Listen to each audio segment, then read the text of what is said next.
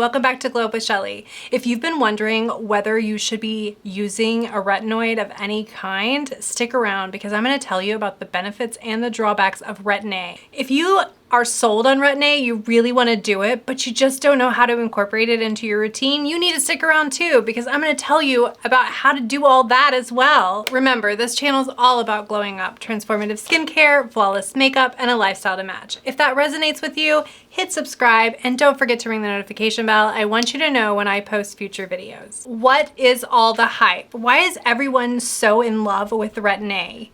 Well, let me tell you a little bit about Retin-A. Retin-A is a prescription strength form of vitamin A.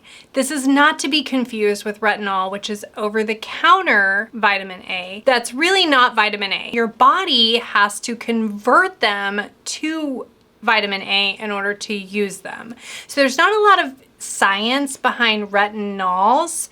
That's the over-the-counter stuff, but there's a ton of science about the prescription Retin-A, and that's what we're going to be talking about today. So let's talk about what Retin-A does and why so many people want to try this product. Retin-A has been scientifically proven to do so many things. One of the things that it's designed to do is thicken the lower layers of the skin, and those lower layers of the skin are hard to thicken. Think about this: youthful skin equals thicker skin in general. So you really want those lower layers to be thick.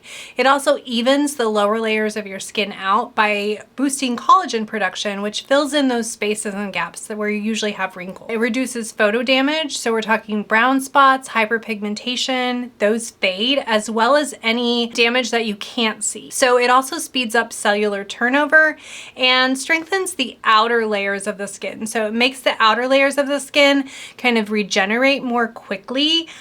So more like they did when you were in your 20s versus when you're in your 40s, right? That production is slowed much more. And so this speeds it up and it strengthens the keratin bonds on the surface of your skin. So that is quite a lot. It also stops water loss and collagen loss at the cellular level. So it helps hold more of that water in, it helps hold more of that collagen in so that you're not losing collagen, your collagen's not degrading, and your water isn't being lost. So your skin looks plumper, it looks firmer, it looks more hydrated, it looks less wrinkled, and it really does become more youthful. Okay, so there are a couple of drawbacks to this. First, not everyone can tolerate this ingredient. About 15% of people don't ever actually get over that initial purging stage. They continue to have dryness and irritation well into the entire time they're using it. So you may be one of those people. So keep that in mind. It's best to consult with a dermatologist or whatever company is providing it for you.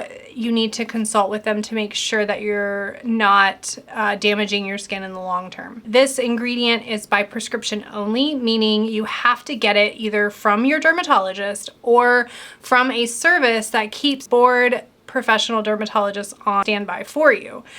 So a couple of companies like that are Ageology, Curology. They both sell tretinoin type product that's prescription only, and you can get it online just by taking pictures of your skin and telling them what's wrong with your skin, and then they will review those pictures and give you what they think is the proper strength of tretinoin. I did see my dermatologist for my tretinoin cream, and so I have a prescription strength tretinoin cream, and I have this at a 0.025.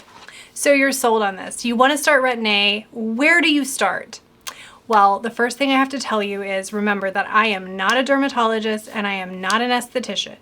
Okay, so you really need to make sure that you are also getting on board those qualified healthcare professionals who are going to help you kind of through the way. But I do have some advice just from using tretinoin myself nightly and kind of the experiences that I've had. I'm using it and all the research that I've done on tretinoin. I can kind of tell you a little bit about how the experience is going to work and what is best for any new skin when you're trying out new products that are harsh like this. Start with a lower percentage of tretinoin. So I have the 0.025 0.025% of tretinoin. I'm about to go up to the 0.05% tretinoin. So I started out at a lower percentage, and I really think that did a lot for helping me reduce some of the irritation and redness that's associated with it. I don't have any of that. It took me about 3 months to work up to using this nightly. So my advice is to start with 1 to 2 nights a week for the first month. And after 1 month, you can increase it to 3 nights a week. Okay, do that for a couple of weeks, and then you can increase it to 4 nights a week. Do that for 2 to 3 weeks more until you build up to using it nightly. So after 3 months, you should be able to use it pretty much nightly as long as you don't have any irritation. Now, while you're doing this, it's best to baby your skin. And when I say baby your skin, I mean really baby your skin. Use a very simple skin barrier repairing routine. So don't use a lot of actives on your skin, just simply an essence. If you want to use an active, you could use hyaluronic acid, but that's the only thing that I would ever put on your skin other than the tretinoin. And then also a really good moisturizer like Skin Fix. I'm gonna post a link to my skin barrier video right there. That is the routine that you will want to use while you're introducing tretinoin. On the nights that you're doing tretinoin, you'll wanna do that. Plus, you're also going to want to make sure that you do that maybe the next night. So really, really think about how your skin feels. If there's any irritation feeling to your skin, even that next night when you're not using tretinoin, go ahead and use that skin barrier repairing routine, because you really don't want to put a lot of actives on your skin at first when you're introducing tretinoin. Also, make sure that you wear a sunscreen, because it's really important. Your skin will be a little bit hypersensitive to the sun while you're using tretinoin or any vitamin A derivative. There's other kinds besides tretinoin. So that's something that you'll want to talk to your dermatologist about, or whoever you're getting vitamin A from. So another thing to note, the irritation and purging is normal. So let's talk about what kinds of irritation. You're gonna get a little bit of dryness. You could possibly get some flaking. Don't pick at it, don't pull at it, just let it happen. And then of course, use that simple skin barrier routine to make sure that you put that hydration back into your skin. And the other thing that may be normal, depending on how much acne you have, is you may go through purging. Now, what happens with tretinoin is because it's increasing that cellular turnover on the surface of your skin, that have acne or have hyperpigmentation problems like redness or even brown spots are going to suddenly come to the surface. They do that in the first 2 to 4 weeks. Be aware that that is normal, okay? Don't freak out. Don't stop using it because of that. Just keep doing what you're doing. Use that simple skin barrier routine. Introduce it slowly, and that purging will eventually go away. Probably around the 4 to 6 week mark is when that will go away.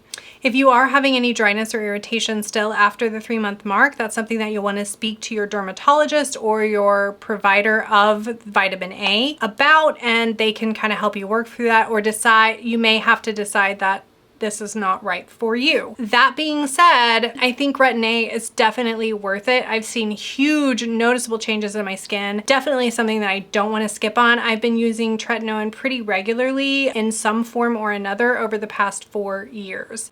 One thing that I feel like I have to mention as well is if you still are doing your weekly exfoliation treatment, which I think that everyone should be exfoliating 1 to 2 nights a week. And if you're doing those, do not ever use tretinoin or any vitamin A product after a major facial treatment like microneedling, microdermabrasion, or any kind of exfoliation. Okay, so there you have it. That is how to start Retin-A. If you have any questions or comments about Retin-A, please pop them into the comment box. I just love answering your questions.